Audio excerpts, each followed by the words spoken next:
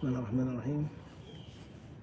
الحمد لله رب العالمين، والصلاة والسلام على رسول الله وعلى آله وصحبه وسلم تسليما كثيرا.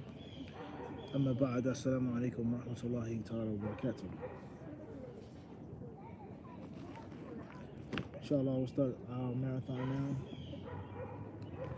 Bi-idhnillahi ta'ala.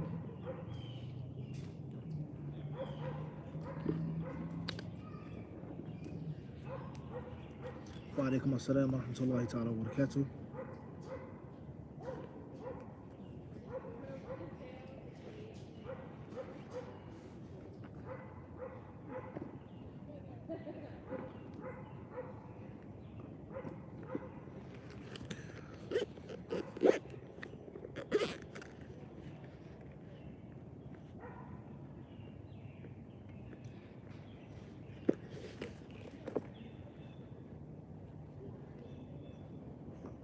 طيب, let's get started inshallah.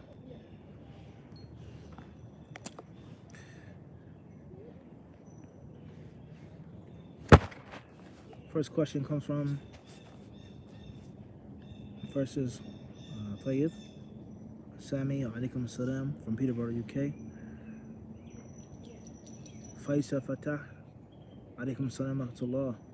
Osman Razak from Springfield, Virginia. Assalamu alaikum mufti.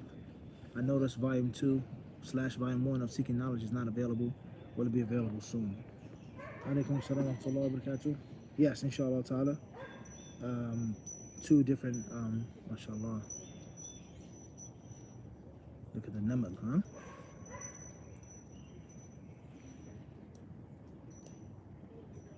Allah Akbar.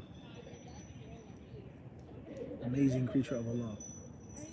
An ant, huh? Everything about the ant is amazing. Everything.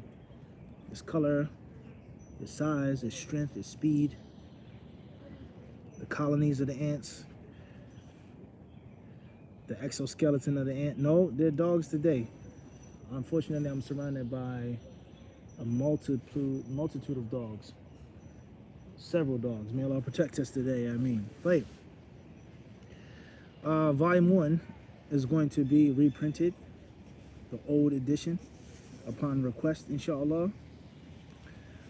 And the revised new edition with the necessary corrections and editing will be available soon as well on the website, inshallah, HadithDisciple.com, bi-idhnillahi ta'ala. Very soon, inshallah.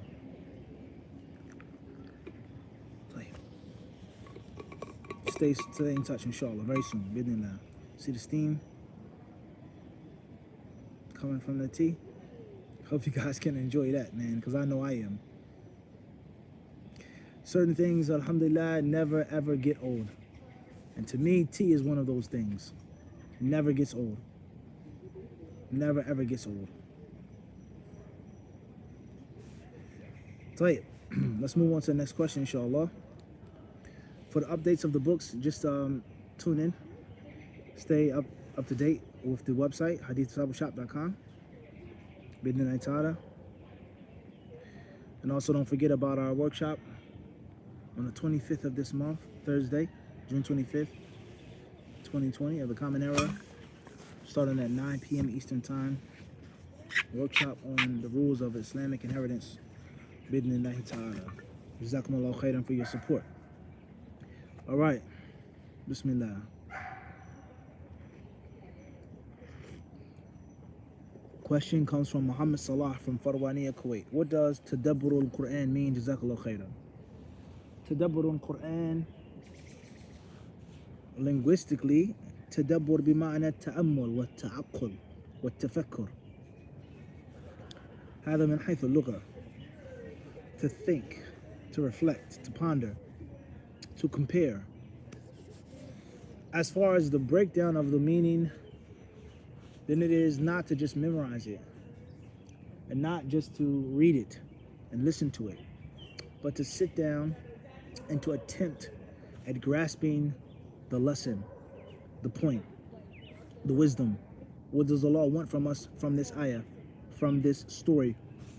Fir'aun, Musa, Ibrahim, Isa, etc. How does this verse, or these verses that were sent down over 1,000 years ago, 1,400 years ago, how do they apply to us in our modern times? How does it apply to me in my life? And to stop and say, wow, that's deep, that's amazing, that's interesting, subhanallah. That's what's meant by tadabbur al-Quran. And of course, that tadabbur is supposed to lead to action. It's supposed to lead to physical action. And Allah surely knows best. Next question comes from Anwar Ali from London, UK. Assalamu alaikum wa rahmatullahi, Sheikh. How to understand the concept of doing good deeds while sinning, such as giving dawah on a trip of disobedience, listening to the Quran while smoking, etc. That should never be, alaikum salam wa rahmatullahi wa barakatuh, that should never be your intention or your objective. But push come to shove, if it came down to it, then at least you know the limits and you know the boundaries and you know not to mix certain things. So me personally, I'm on my way to a club. I'm intending to drink, I'm intending to dance, just say shake a leg. I'm intending to have some fun at the club. And on the way to the club, I see somebody disrespecting a copy of the Quran. On the way to the club, I seen a man trying to rape a woman or molest a child. On the way to the club, I see someone saying something really horrible. So just because I'm on my way to the club and doing something haram, that shouldn't mean, and that doesn't mean that it's going to prevent me from doing what I have to do on the spot.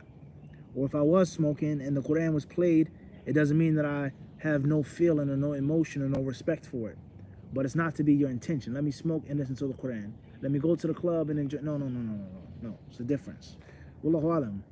Next question says, Khalid, alaikum salam to Allah, FA from Houston, Texas. Assalamu alaikum, Mufti. Are buying stock options haram? I think we answered this many times before. And we said that there are many haram things included in that. And there are certain types of stocks or investments which are permissible. And you're going to have to speak to a financial expert and give them the orthodox Islamic rulings. And then let them say, well, this is for you and this isn't for you. Wallahu alam. Tayyib. Bronx, New York. Please mention your initials, Jazakallahu khairan. Your initials or your name. R.I. from Netherlands. Heverveen, Netherlands. Assalamu alaikum. Is wearing your hair in a bun permissible for women of wearing a side part? Not too clear on the last part of the question. In general and brief, it's nothing wrong with wearing a bun. It's permissible. Going outside of the house, having your hair in a bun style is not the best thing to do, whereas it shows how much hair you have, and that shouldn't be seen outside of the house or in front of a non-mahram man. As far as inside of the house, having a bun or having your hair on the top of your head, that's not necessarily haram. It's not necessarily haram. Wallahu alam. That's in brief.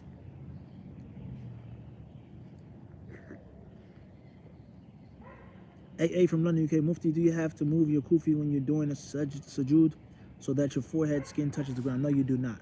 It's permissible to make sujood on a covering, and your skin does not have to directly touch the ground. Wallahu alam. HH from Burnsville, Minnesota. How to seek knowledge and not be extreme in doing so, and also eating habits. My parents think I'm too skinny for eating not a lot of food. Well, I don't really know what's extreme in seeking knowledge. I don't think you can be extreme in seeking ilm. You always need to seek ilm. Many of the Salaf al-Salih, they would say that a person needs knowledge more than he needs food and drink, more than breathing, okay? So going extreme in seeking knowledge, what's meant by that? And of course, it's going to be relative. It's going to be subjective, of course. Someone's extremism is going to be another person's devotion and dedication. And people of the hayatul dunya, how many hours do they work? How much money do they save? How many types of insurance do they have? But they're never ever called extreme. But you want to study all day, every day, that's what you want to do. You say, oh, don't go extreme. Don't go extreme. Everything is based off of perception, guys. Sight is weak, perception is strong. So people, they perceive things differently. Work like a dog, save tons and tons and tons of money, buy more and more property. That's being responsible. That's being economically stable. That's being responsible. That's being. But ilm, reading. Oh, they said don't go extreme. You can read for an hour out the day. You can study for a couple of years, then come back home. Don't be extreme. So be careful.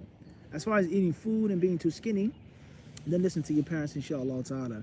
If your mother wants to feed you of the halal food, eat from the halal food. Let your mother fatten you up. There's nothing wrong with that, inshallah. You can work out, you can walk, you can, work it off, but don't deprive your mother from feeding you the halal food. Don't deprive your mother of that. Wallahu alam. Next question. Alaikum salam wa rahmatullahi wa barakatuh. Idris Palmer. FA London, UK. What's the rule on supporting sports clubs? Supporting any type of club or association, it depends on what the club is about, what they're doing, where's your money going. Okay? That's the general rule for supporting anything.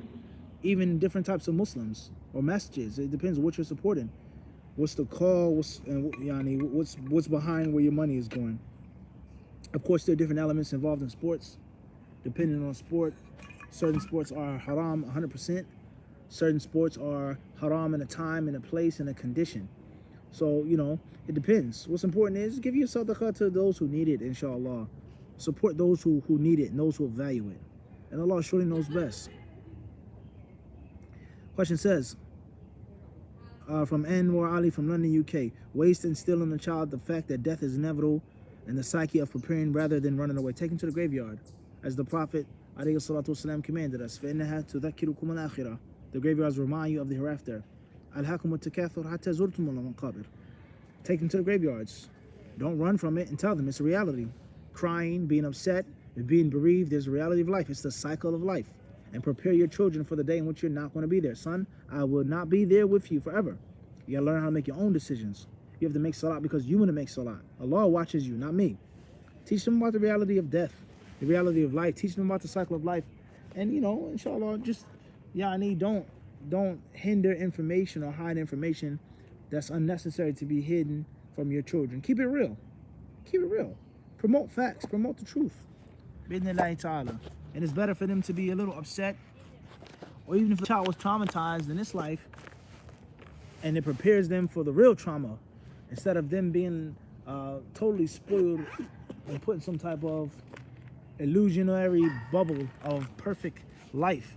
And then when that bubble is popped, what happens to them? They break down. And many people, they do this with their children, unfortunately. And Allah's help is sought. Next question says,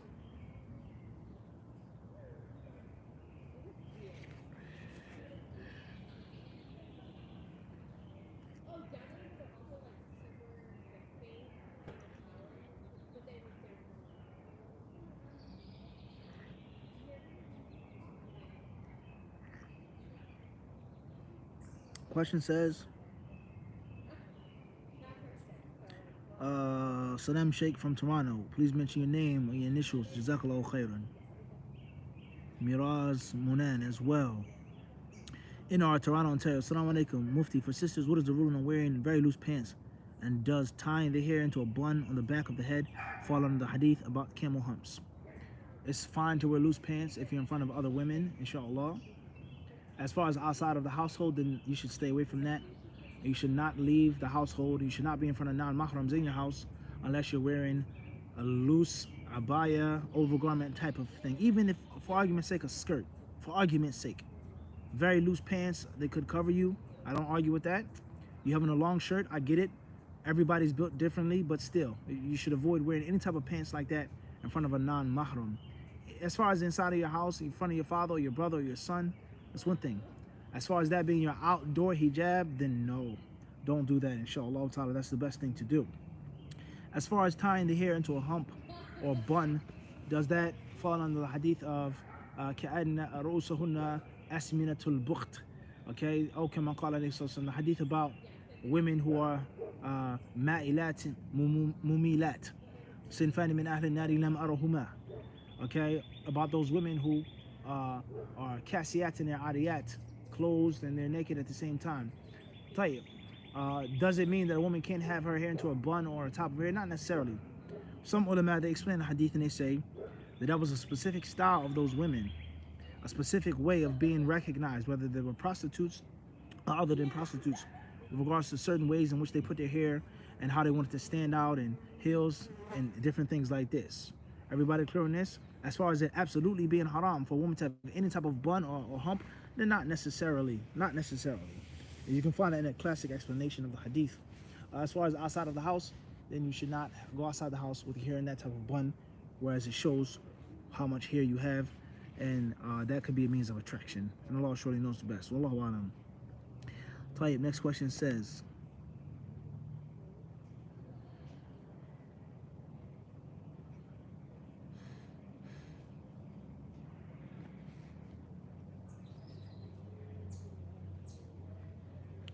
Muhammad Salah from Farawani, Kuwait, how to stop overthinking again and again. Hope you're doing well. Jazakallah khairan. Barakallahu fikum. Alhamdulillah, we're okay, we're well. All praises for Allah for that. Stop overthinking. What caused you to overthink? Is it a disorder that you have? Trauma, stress, anxiety? And what happens when you overthink? What do you miss out on? How uncomfortable do you feel? Okay? You gotta look at the harm of a thing if you want to stop doing it. And this is something that we always mention. Whenever you want to stop doing something, look at the harm of the thing and taste the bitterness of the thing. And inshallah ta'ala, that will be a means of pushing you forward to avoid doing that thing in the future. And Allah surely knows best. AB from London, UK, what's the difference between a hadith Qudsi and a normal hadith? Aren't they both revelation from Allah? Type, in brief, hadith Qudsi, the one who's speaking in the hadith is Allah. And the hadith Nabawi, the one who's speaking is the Prophet sallallahu alaihi wasallam. Hadith Qudsi is something which is either is the direct word from Allah, or Allah is being quoted in the hadith. And the other hadiths which the Prophet said, the Prophet did, the Prophet allowed, the companions did in front of the Prophet, etc. So there's a difference.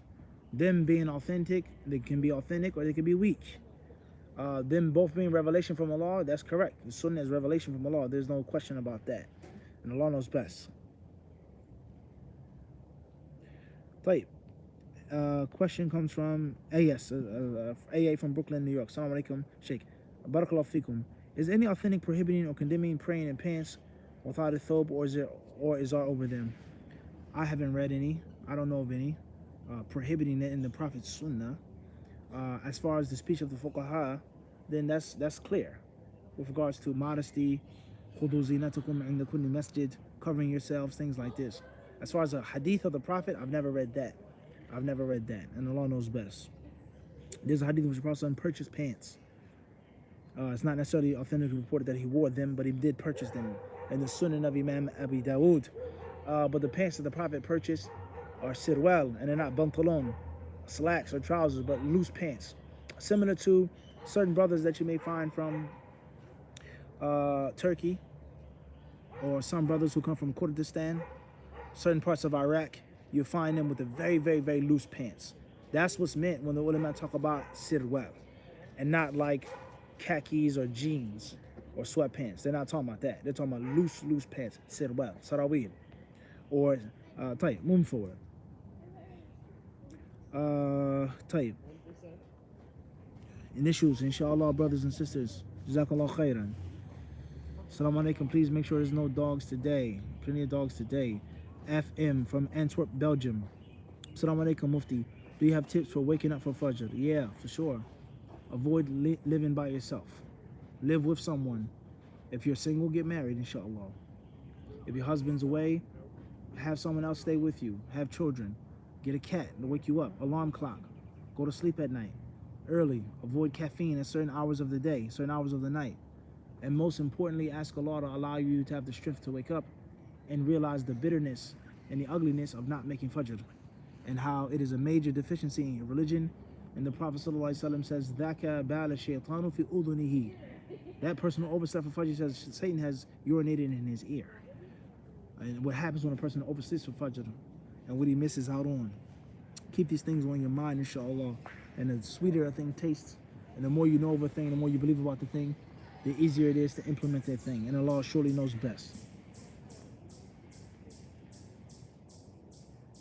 Aslam Abdullah, Bristol, UK. Priority learning Quran or Arabic. Do both, inshallah. But learn the sufficient amount of recitation of the Quran and a sufficient amount to memorize to pray in the Salat correctly. And if you want to be a systematic student of knowledge, you gotta learn Arabic. Learning Arabic is absolutely necessary. Memorizing the whole Quran is not absolutely necessary. You can be a proficient student of knowledge without knowing the whole Quran. Rather, there are some scholars who are scholars and do know the whole Quran. But Arabic is a must. But try to do both, inshallah ta'ala, and they'll help each other out and support each other. Wallahu ta'ala alam. Tayyib. And this was NB, Tilburg, Netherlands, ruling on martial arts due to the hadith about striking in the head. Well, there's no clash or contradiction here. There are martial arts that you can learn and practice and teach without hitting someone in the face or striking someone in the head. You can learn certain self-defense practices, exercises, breathing, offensive practices, because all martial arts is not based off of self-defense. Okay? It's fine without having to hit someone in the face or the head, whether it be a dummy, a wall, a tree, whatever the thing is that you're kicking or hitting or blocking or elbowing or kneeing. That's possible. Let alone the fact that a person can spar and train with headgear, with a face protection. And I would say there may be certain times in which there are certain necessities for Muslims to be strong and have the ability to defend themselves. And it may be a time in which you may have to strike or contact a Muslim in a certain part out of durura, out of necessity. Wallahu alam.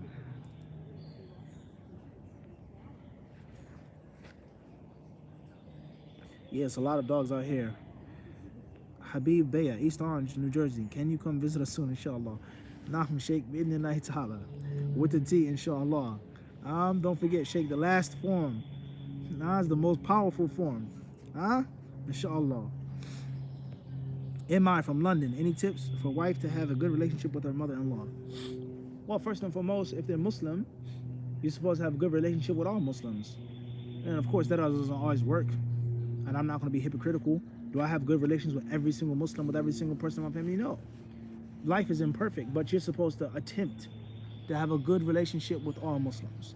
Secondly is the concept of Silatul Arham and the importance of Silatul Arham and the virtue of Silatul Arham. And even though that's not the womb that born you, but that's the womb that born your father, that gave birth to your father or your husband. So there's a connection. There is inheritance because of people being married, brother-in-law, sister-in-law. So there's a virtue in that. It's ibadah. Even if the person isn't the best Muslim or the nicest person to get along with, you should still try. You still should make an attempt because of the virtue from Allah Azza wa Jal, and the harm and the sin of cutting the ties of kin and having the shahna and the baghda between the Muslims. All right. Number 3 is that don't look for perfection. The Prophet ﷺ says, "Innama nasu kal ibil al-mi'a, qalla ma tajid fiha rahila." Or kama qala alayhi salatu wasalam. Hadith, the authentic hadith, it says that you'll find people like 100 camels. Out of 100 camels, you'll barely find one suitable to ride, a good riding camel in the desert. Stop and think about that now. If you look for perfection, no one can have this flaw, this fault. You'll never have a friend. You'll never have a camel to ride on. Perfection is very, very rare. So therefore, don't look at the flaws of a person. Don't look at the mistakes of a person. Look at the good of a person. And also, don't attempt to change people.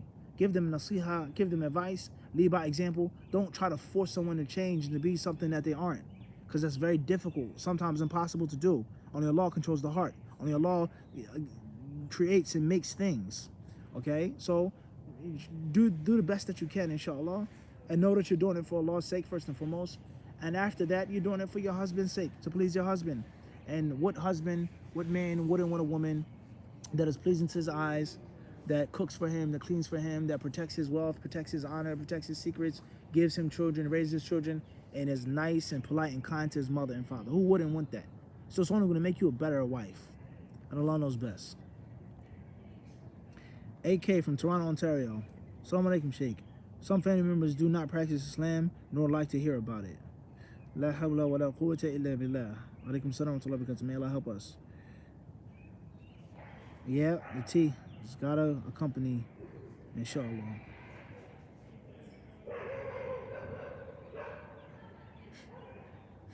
May Allah guide us all and make us firm upon Islam.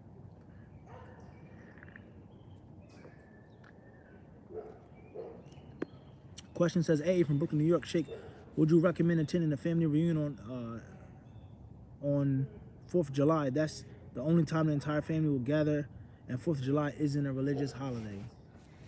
Type. First and foremost is, guys, just because a holiday isn't religious, it doesn't mean that it's okay and allowed in Islam. It doesn't necessarily mean that. Many people, they think that it's only haram if it's a religious holiday. The right of making an Eid, a national celebration, that's a discussion. Type. 4th of July is a holiday, even if it isn't a religious holiday, there's no doubt. The only time which all the family want to be together, fear Allah the best way you can, inshallah. If you feel that you won't have the ability to make silatul arham and look at your family except on that day, then that's a good perspective. That's a good way of looking at it. But another way of looking at it is that it is their holiday. You're supporting them on their holiday, and they're just going to keep doing it instead of you making other accommodations. Why does it have to be on 4th of July? Why can't it be on another day, another weekend? Okay, that's what I would say. So it's more than one way of looking at it. It's more than one way of looking at it. If you feel that that's the best way of showing a relationship and to your family, then that's one thing. If you feel that it's dangerous and troublesome and at least doubtful, then stay away from it and try your best to visit your family and take care of your family on another date. Wallahu alam. Is there a Kindle version of the book? I have to ask the volunteers and those who handle the website, inshallah. I'm not sure. May Allah bless your coffee. Ameen. Asad ibn Khalid. Are they treated as Muslim just because they're born in a Muslim family? Major confusion for me on this issue.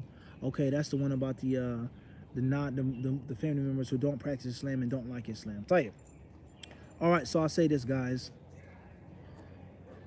I don't see how a person could not like Islam and claim to be a Muslim. I don't think that's possible. I think they may not like the practices of certain Muslims, the interpretations of certain Muslims, the harshness of certain Muslims, the hypocrisy of certain Muslims, but I don't think there's no Muslim that's going to hate Islam and still claim to be a Muslim. That's first and foremost. So we have to make a difference between terminology. I don't think no Muslim, no matter how sinful and no matter how saturated their hearts are in the dunya, would hate Islam. That's a strong and dangerous word. Okay? Certain things they don't think are from Islam. They think that it's a cultural norm, but they don't know that there is a hadith to support it. They don't know it's in the Quran. I don't think no Muslim is going to know that something is the religion, hate that, and then say that, hey, I'm a Muslim. I don't think that would exist, all right? Allah surely knows best. As far as those who do not practice, how to be around them, so they're your family. So you still give them their rights. You still give them their haqq to the best of your ability. It doesn't mean that you have to be around them 24/7. It doesn't mean you have to be happy-go-lucky and friendly with them every day. No. Send them a gift. Send them a card. Give them a phone call. Drop off money. Drop off food. Visit them from time to time. Let them see your kids, their grandkids, stuff like that. And give them nasiha. Make dua for them. Pray for them. Be gentle with them. All right? Try to advise them the best way you can. And if you can't verbally say nothing without an argument, then at least lead by example. Wallahu ta'ala alam. SS, Philly, PA. When making wudu, what does 3 washings mean? 3 separate handfuls of water, rubbing over the area 3 times, or other than that? 3 washings is 3 times of you washing what needs to be washed. So, I'm making wudu, and I get to the part of washing the arms. وَأَيْدِيَكُمْ إِلَى الْمَرَافِقِ, the verse says, including the fingertips up to the elbow. So therefore, I have to make sure that everything is wet from the tips of my fingers to my elbow. Whether I do that with 1 handful of water, half of a handful of water, whether I pat it, or whether I don't even rub my arm, I just put it under the water. What's important is it's all maghsul, it's washed. There's no dry spots on my arm, my fingertips, my hand, period. Once I've done that once, that is a washing. The second time is a second washing. So it's not based off of handfuls of water. It's not based off of amount of water, but it's based off of the actual thorough washing. Clear, inshallah. Wallahu alam. Tayyib.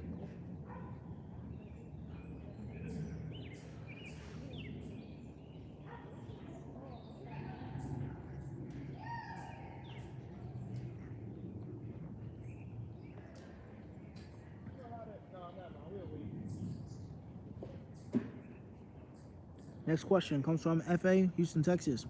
How does one get back into seeking knowledge after leaving it? Regret and remorse. You feel bad. That I wasted time, that I wasted years, I lost the opportunity that I had. Now what are you going to do about it? You have regret, you have remorse, okay, khalas, move forward now. Get rid of the regret, get rid of the remorse. Rekindle your passion and your love for it. Think how sweet it tasted the first time you came across it, how good you felt. Bidnillahi ta'ala. That's what I would advise with. Wallahu alam.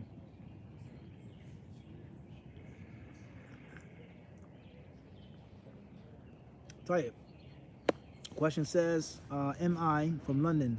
Assalamu alaikum. Can you briefly explain what is a khilafah? And how does it work? And should it work in our modern times? Tayyib. In brief, this is something which is a part of Islamic studies, which is known as as-siyasa ash-shar'iyya. As-siyasa ash-shar'iyya. As-siyasa ash-shar'iyya literally means legislative politics. Legislative politics. Politics of Islam. So therefore, the concept of the different terms and synonyms that are used, Khalifa, Imam, Hakim, Amir, Wali al-Amr, Wali al-Balad, these terms are all mentioned in the Quran, Hadith, the books of fiqh, and the books of explanation of Hadiths. And there's some scholars who made separate books on these rulings under the branch of As-Siyasa Ash-Shar'iyya, or Ahkam Ahl al-Dhimma, Al-Ahkam al-Sultaniyya, etc. Alright? So this is a field of study. Clear. That's number one. Point number two is, a Khalifa is supposed to be the grand leader of the Muslims. He's supposed to be the top leader of the Muslims for the purpose of protecting the lands of Islam, continuing the spread of Islam, supporting the rights of the weak and the oppressed, stifling the wrongdoers and the evildoers, and establishing what needs to be established, and making sure that the word of Allah is the highest in the land. It's the duty of the Khalifa to punish the criminals and to inhibit the people from violating Allah's laws and making the people live in a state of panic, terror, and fear. And to do what he is supposed to do according to the legislation. That's the Khalifa. That's Khalifa. And of course, obviously, there's going to be one man. There are going to be other countries, other lands in which there's going to be need for governors, sub-caliphs, okay, deputies. And that's another word that we did mention is sultan. So Khalifa, Sultan, Hakim, Amir, Wali, Imam, etc. All right, so that's in brief what the Khalifa is supposed to be and what his job is supposed to be, to make the word of Allah the highest in the land, okay, and central leadership for the Muslims in the different countries falling under his general leadership. Is it and should it fit and work in our modern times? I don't think that should be a question or an issue of debate. If it's from the Quran and Sunnah, how can we say should it be in our modern times? I just don't get it. If it's in the Quran and the Sunnah, Allah says, "Al-yawma akmaltu lakum dinakum." On this day I've completed for you your religion. So if it's a part of our complete, perfect religion, how could it only be for a time and not another time, or place and not another place? Now what the Muslims are doing, what the Muslims are saying, certain people that support it, that are against it, that's a different story. And as many times we have explained to you, the unfortunate state of the politics of the world, let alone of the Muslims, and how many people they wish to Islamify their political system or regime. Someone that's their opponent, they'll also use the religion as well. Some will only look at half of what they want to look at, deal with half of what they want to deal with, and ignore and neglect the responsibilities and the duties of the leader, and only mention the rights of the leader. That's not Islam, that's not the Sunnah, and that's not the way of the Salaf al-Salih. All right? So that's the only answer that I can give on that. If it's something that's from the Deen, from the Quran, from the Sunnah, something that was mandatory, the Prophet ﷺ told us when we travel, what to do, when it's time for the adhan, what to do, when you pray behind the imam, what to do, the bay'ah, the oath of allegiance, so on and so forth. How can someone say it's not for our times? If we open up that door, then neither is salat, or hajj, or umrah, or zakat, or ramadan, or hijab, or riba being haram. That's not for our time and our place either. So it's a very dangerous time in which we live, unfortunately. May Allah help us and allow the Muslims to establish what they need to establish. Ameen. That's in brief. طيب. Question. ID Bakri. Please mention your initials next time or your name and the actual question. Assalamu alaikum wa rahmatullahi wa barakatuh. Just giving greeting from Oakland, California. May Allah bless you. Alaikum salam wa rahmatullahi wa barakatuh. May Allah bless you and protect the Muslims in Oakland, California as well. Hopefully one day we get to visit Oakland, inshallah. May Allah bless you. Tayyib. Maria Aisha S. Paris, France. Assalamu alaikum wa rahmatullahi wa barakatuh. Could you explain the concept of caste in the light of Islam? Also, could you recommend us any book on slavery and Islam? A caste system and not Islam, I would say certain things would be a part of the Islamic legislature and other things wouldn't be. As far as a caste system of free versus slave, as far as a caste system of someone who manumitted a slave and someone who was manumitted, as far as the caste system of wealthy and not so wealthy, knowledgeable and not so knowledgeable, male versus female, etc., then in general there is going to be a caste system. A caste system is a part of life. There are certain things that are superior to others, bigger than others, faster than others, longer lasting than others, etc. That's the nature of life. Is their darajat, yani, their levels. As far as a caste system, which is systematically put in place to keep low people low, to keep poor people poor, to keep high people high, to keep rich people rich, just because of their lineage and their ancestry, or just because of what they look like, or their race or their color, then no. All right, someone could be a slave today, they can be manumitted, and they can become a scholar, they can become a leader, they can become all types of things in the Islamic legislature, versus someone in another caste system in which you can never, ever, ever rise up, period. You're a Brahmin, you're a Brahmin. And I'll always be a Brahmin. No matter of my behavior, my character, I'm a Brahmin. I have a privilege and advantage of those who are beneath me in the caste system. That's not how Islam works. Someone could be a slave and they could be freed. Someone could be a slave, they could be a leader, as the hadith says. All right, and the scholars, they differ on that issue. Al-Muhim, the point I'm trying to make is there's a yes and a no part to the answer. Certain things are caste and other things are not. Other things are not. As far as the books on slavery in Islam, then there are a few out there. I wouldn't necessarily recommend them right now online. You send me an email and I'll send you the link of some of those that I have read and come across myself, inshallah ta'ala. But there's a few reasons why I wouldn't want to necessarily mention them right now on the live stream. A few personal reasons. Please accept that, inshallah. Jazakallah khairan. Assalamu alaikum. How can I order a t-shirt, HadithDisciple, on the website, inshallah, HadithDiscipleShop.com. Sadams, what is tazkiyah, please? Inshallah, we'd love to answer your question. Please tell us where you're coming from. Also, Ibn Muhammad as well. HH from Burnsville. Where's this? Where's Burnsville? Akhi or Ukhti? Taha Anwar Skokie, Illinois. Can this hadith be used to say it is permissible to live in the lands of disbelief? Are the counter arguments to this? Narrated Abu Tha'labata al-Khushani. I said, O Allah's messenger, we are living in a land inhabited by the people of the scripture. Can we take our meals in their utensils? He said, if you can get utensils other than theirs, do not eat in theirs. But if you cannot get other than theirs, wash them and eat in them, agreed upon. Jazakallah khairan for the good question. I would say that's incorrect usage of that hadith. There's a well-known hadith. And 9 out of 10 books of hadith that you'll read that hadith in is going to be in Kitab Al-Aniyah or Al-At'imah, the book of vessels, the books of foods, the books of drinks. You're not going to find any chapter about hijrah or anything other than that. And the reason why that is behind it is because that hadith is not speaking on the legislation of living among kuffar, leaving kuffar, abandoning their lands. Rather, there are many hadiths which are sarihatud dilala, frankly right to the point, about not living, not dwelling and moving and migrating. Secondly is Muslims who are minority, Muslims who are too weak, Muslims who cannot leave. That's one thing. We're in a place in which we only have these vessels. And the Prophet ﷺ said, if you don't, فَإِنْ لَمْ تَجِدُوا غَيْرَهَا فَاغْسِلُوهَا ثُمَّ كُلُوا فِيهَا. Mathalan. So it's a difference. It's a different atmosphere of that hadith. We're in this land Okay, the people that came to the Prophet ﷺ, and it says bainana wa bainakum, they says the kuffar mudar. Okay, they're talking about the sacred months and the tribes that were fighting and they couldn't fight, and we can only come to you during this time. Fumurna bi amrin faslin. Okay, tell us something to do. That hadith is not talking about making hijrah, but the hadith is talking about Muslims that are in a place between them and the other people are kuffar, and they can only come in that place, so on and so forth. So I wouldn't say that's necessarily a strong or a correct usage of that hadith for Muslims to live among non-Muslims.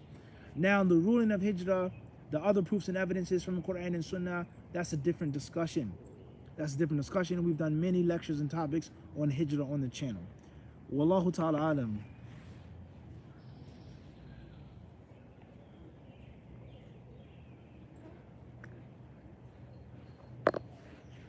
FA from Yorkshire, UK, can you please do a series on classes on the names and attributes of Allah? Jazakallah khairan. Inshallah ta'ala. Bi'idhnillahi ta'ala. Jazakallah khairan. Maybe we can ask Ustaz Samir to do a class on that, inshallah. I think he would be good for the job. I'll speak with him and request him to do a class on the Asma al-Husna, inshallah. BA, Queens, New York. Do you implement the social distance prayer in your masjid? Yes and no. Yes and no. To an extent, yes. And to an extent, no.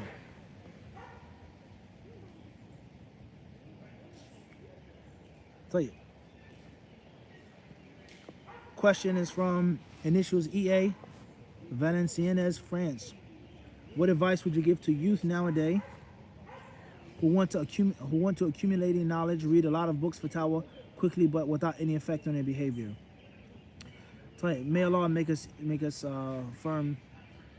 I would give that person the advice of what's behind me.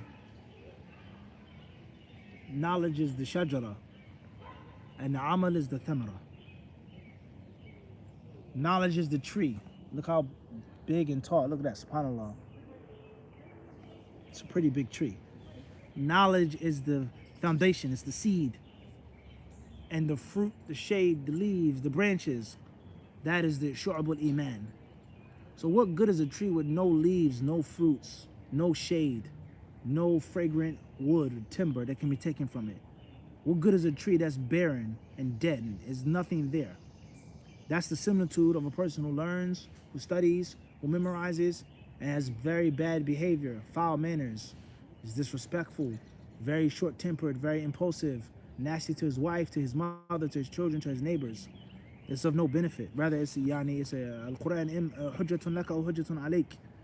All right? So I would give that person the nasiha that there's not much of a benefit in you seeking this ilm if your tree is barren. If there's no khair, there's no fruits that are being produced from your tree. Wallahu alam. Tayyib. This will be our last question today, inshallah. Assalamu alaikum, Shaykhana Aba Ramla, William ibn William, Hamtramck, Michigan. How to respond to Ash'aris who use the verse such as Allahu fis samawati wa fil ardi inni dhahibun ila rabbi as a proof that Allah is not above the throne. Tell you. Well, there's two ways. First way is a general answer, and the second way is a specific answer. The general answer is that there are core issues between the Ash'ari school and the Athari school. Core problems. And it's not like how some people deceitfully make it seem like it's, some ikhtilafat here and there. There's a little bit of differing, literal, zahir, majaz. No. That's a lie. There are core, fundamental problems of difference between the two schools. Where the schools came from, who founded those schools, and why. So therefore, in general, our understanding of what is a means of resemblance between Allah and His creation is different from yours. Our understanding of that which is befitting of Allah and that which isn't befitting is different between me and you. Okay? The respect that we give to the Quran and Sunnah before the intellect is different between us. The intellect that you claim to use and to depend upon is different. And that is because you use your intellect to affirm that Allah has will and Allah has knowledge and Allah has power. But you say that Allah can't love and Allah can't hate And I use my intellect to prove that Allah can and does love and does hate. So there are core issues between me and you. Regardless of the tafsir of this verse or that verse, there are core issues, fundamental issues. All right? And from those core issues and problems that we have is that we take all of the Quran and Sunnah. And the Quran and Sunnah is in harmony. And it makes total sense. And it is not any type of contradiction or lack of consistency or cohesiveness in any authentic hadith and another authentic hadith. Any verse, an authentic hadith, etc.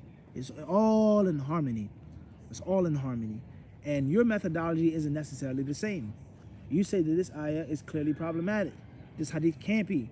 This hadith can't be ala dhahir. It can't be. Allah can't have this attribute. You can't say this.